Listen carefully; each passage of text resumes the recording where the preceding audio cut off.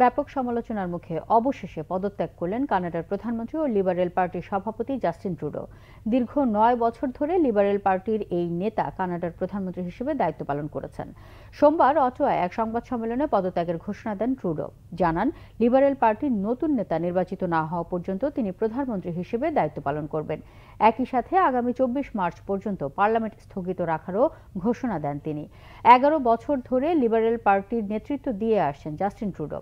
লাগামহীন মূল্যস্ফীতি ও আবাসন সংকটের জেরে সম্প্রতি তার জনপ্রিয়তা কমে তলানিতে গিয়ে ঠেকেছে।